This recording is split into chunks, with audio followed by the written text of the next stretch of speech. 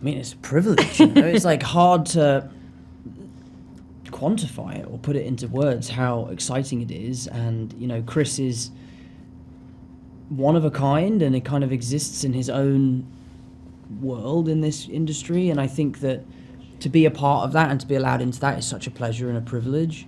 And you know, I'm still kind of pinching myself that I'm in it. You know, when I see the trailers, and I went to the cinema the other night, and the trailer came up, and like there's a shot of me in the trailer, and I'm still like, it takes me back to being a kid and seeing myself on the big screen for the first time, and kind of not believing it. Yeah, and in addition to us feeling, I feel the exact same way as you. They kind of just the wonder of it all, that like somehow you're involved in this historic thing.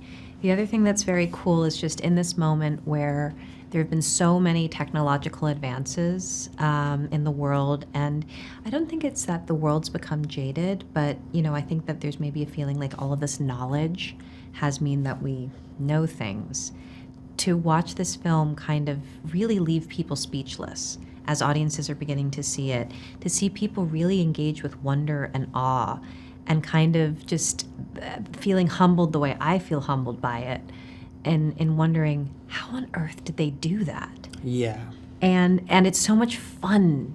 At least that's one of the reasons why I fell in love with movies, because I used to watch them and wonder how they did that. And I just love that you can't say on this one, oh, well, they did it with computers, or they fixed it in post, or any of the easy answers.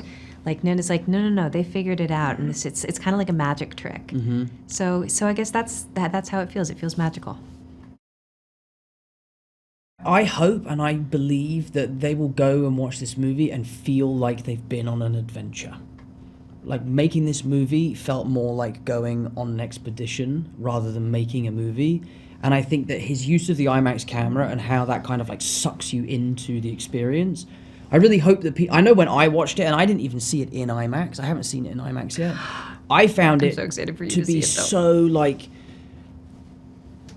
all-encompassing, and you feel like you're a part of Odysseus's crew. And I think that when you see it in IMAX, it's going to feel even more like that. Yeah.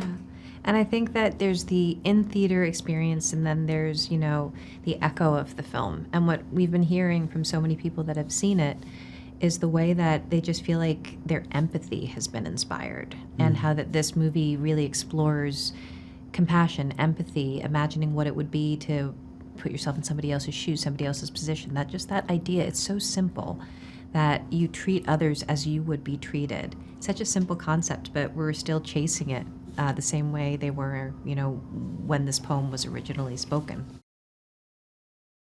Greek mythology is kind of the ultimate storytelling. It's kind of your area of expertise. Expertise, oh no. It's an insult to all the classics majors out there. They're like, her?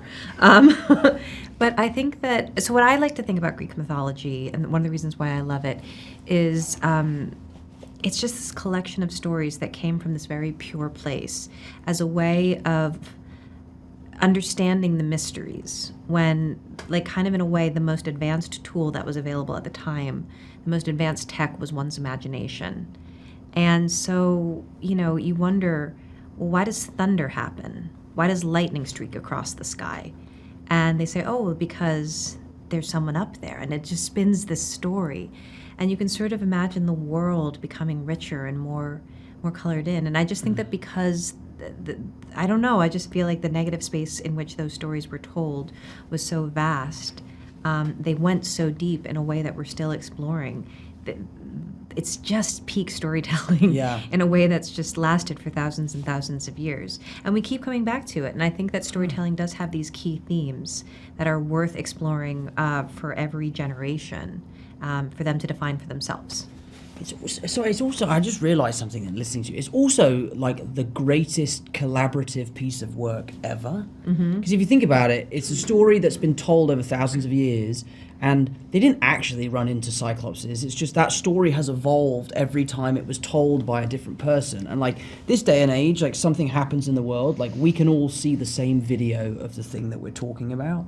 But this is like a living, breathing organism that is like changing with every time the story is told. And Chris is just one of millions of people that have told this story. Yeah. So it's Very almost cool. like a piece of work that is a collaboration of thousands of storytellers. Sorry, I have That's to go actually into- quite cool. It's very cool. And then you kind of think about how, and then the story molds to every time it's been told. Yeah. And it's almost like a relay race. It's like a game of telephone. Yeah. Yeah, very cool. Yeah.